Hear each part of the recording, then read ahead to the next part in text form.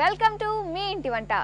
ప్రతిరోజు రెండు రుచికరమైన వంటకాలతో మిమ్మల్ని అలరిస్తున్న మీ ఇంటి వంట ఈ రోజు కూడా మరో రెండు రుచికరమైన వంటకాలతో రెడీ అయిపోయింది.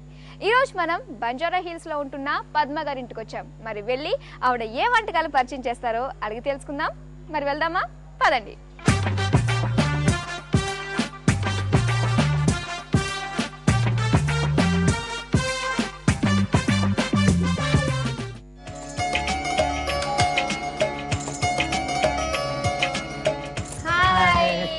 పద్మా గారు హాయ్.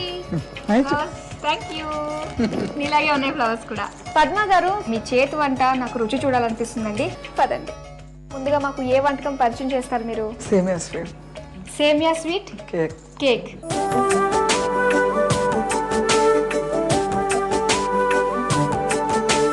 సేమియా స్వీట్ కేక్ పరిచయం చేస్తారంటండి.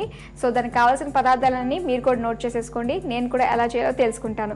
అయితే ముందుగా దానికి కావాల్సిన పదార్థాలు ఏంటో చెప్తారా? మరి చెప్పండి. సేమియా, నెయ్యి, కోకోనట్ పౌడర్, యాలకులు, కలర్, జీడిపప్పు, కోవా, షుగర్. ఓకే, సో కావాల్సిన పదార్థాలు అన్నీ చెప్పేశారు. మరి ఇంకా మనం ప్రాసెస్లోకి వెళ్ళిపోదాం. సరేనా? ముందుగా ఏం చేయాలి మనం? ముందుగా అండి నెయ్యి వేసి స్టవ్ ఆన్ చేసుకోవాలి కదా.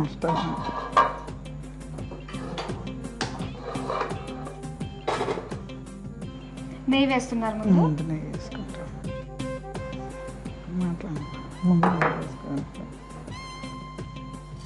సో నెయ్యిలో సేమియా మనం వేయించుకోవాలండి. వేయించుకోకపోతేనండి ఇది మామూలుగా మెత్తగా అయిపోతుంది అన్నమాట. ఓకే, వేయించుకోకపోతే మెత్తగా అయిపోతుంది. అంటే కేక్ కాబట్టి కొంచెం స్టిఫ్ గా ఉండాలి మనకి. సో వేయించుకుంటేనే బెస్ట్ అన్నమాట. దేనికైనా వేయించుకోవాలి. ఓకే, యాక్చువల్గా ఇప్పుడు దాకా ఏంటంటే సేమియా తిన్నాము, కేక్ డిఫరెంట్ గా తిన్నాము. కాకపోతే సేమియా కేక్ అంటే చాలా డిఫరెంట్ గా ఉంది. సో ఈ వంట ఎక్కడ నేర్చుకున్నారు మీరు?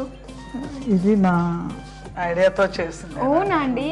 అబ్బా, ఓకే. సో అనమాట, బాగా మీరు ఇలాంటివి చేస్తూ ఉంటారనమాట. ఓకే అండి. సో బాగా కలర్ చేంజ్ అయింది కదా. ఇప్పుడు ఏం చేయాలి? వాటర్ పోసుకున్నాం. వాటర్ ఎంత వేసుకోవాలండి? హాఫ్ గ్లాస్ వేద్దామా? చాలా. ఇప్పుడు మనము చేస్తున్న క్వాంటిటీ ఎంత అవుతుంది అంటారు? ఎంత మందికి పెట్టచ్చు? అంటే ఇక్కడ ఇద్దరు ఉన్నాం కదా, అందుకే అడుగుతున్నాం. ఇద్దరు హ్యాపీగా తినచ్చు. సో ఇద్దరికి తినచ్చు అనమాట. అయితే మీరు ఖాళీ టైంలో ఏం చేస్తూ ఉంటారు? ఎక్కువ వంటల ప్రయోగాలు చేస్తూ ఉంటారు అనమాట. వంటలు చేస్తూ ఉంటారు. సో మీ గురించి చెప్పండి. మీకు ఎంతమంది పిల్లలు? వాళ్ళు ఏం చేస్తున్నారు? మీ మనవరాన్ని చూపించారు ఇందాక. మాకు ఇద్దరు అమ్మాయిలండి. ఇద్దరు అమ్మాయిలే.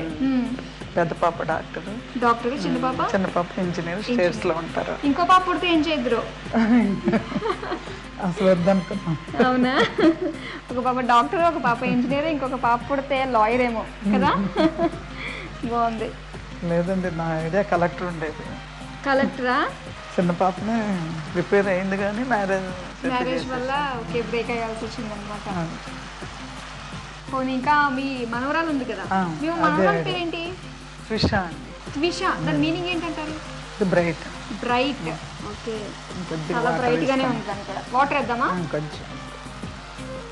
ఓకే, మనం కన్సిస్టెన్సీ అనేది జాగ్రత్తగా చూస్తూ మనం వాటర్ వేసుకుంటే కొంచెం బాగుంటుందండి. లేకపోతే బాగా దగ్గరకు వచ్చేస్తుంది కదా, దగ్గరకు వచ్చేసి ముద్దగా అయిపోతుంది అనమాట. సో జాగ్రత్తగా చూసుకుంటూ మనం కలుపుకుంటూ ఉండాలి సేమియా చేస్తున్నప్పుడు ఇది.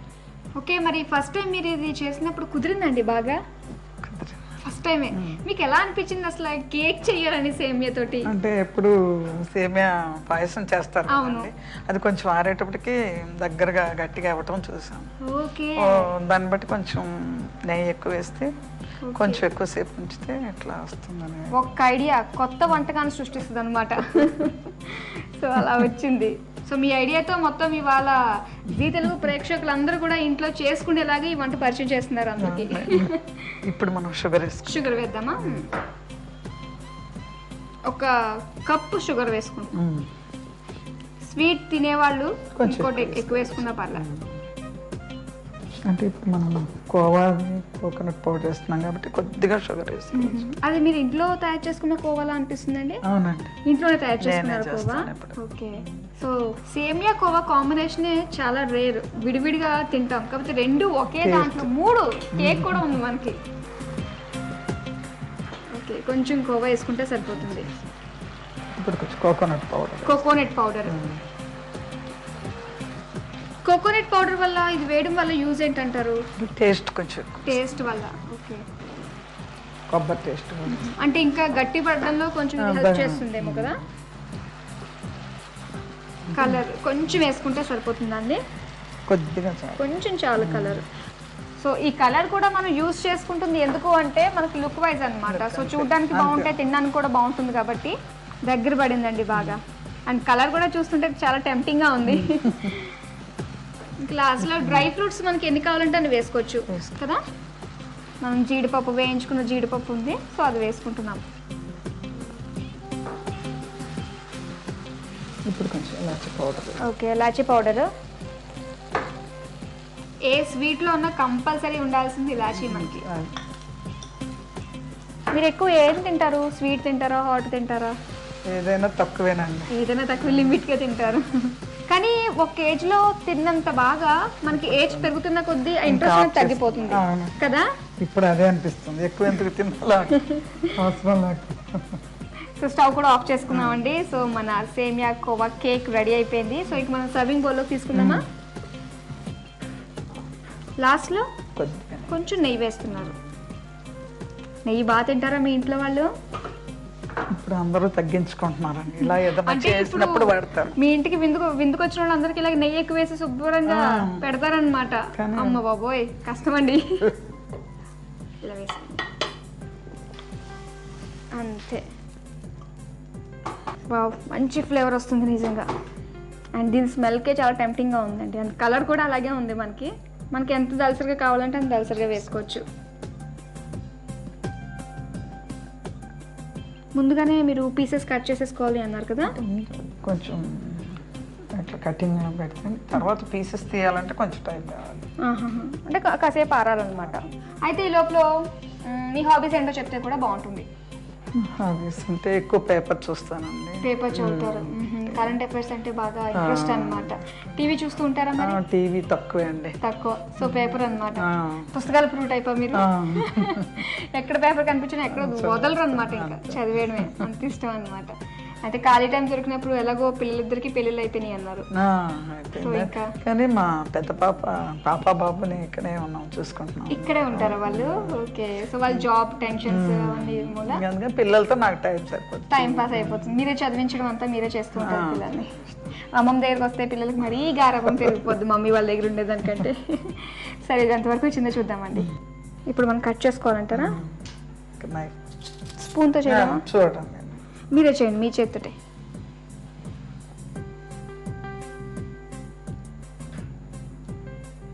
ఓకే అండి, నీట్గా కట్ చేసుకుందాం. ఇది బాగా చల్లారిపోయింది. సో పీసెస్ కింద కనిపిస్తుంది. దీని మీద మనం గార్నిష్ చేసుకోవచ్చు అంటారా? చేసుకోవచ్చు. జీడిపప్పుతో గార్నిష్ చేసుకుంటే చాలా బాగుంటుంది. వంట అంతా కష్టమని మీరు చేశారు, గార్నిష్ నేను చేస్తున్నాను లాస్ట్లో. జీడిపప్పుతో గార్నిష్ చేసుకుంటే లుక్ చాలా బాగుంటుంది, టేస్ట్ కూడా చాలా బాగుంటుంది. సో ఇంకేంటి, రెడీ అయిపోయింది మన సేమియా కోవా కేక్.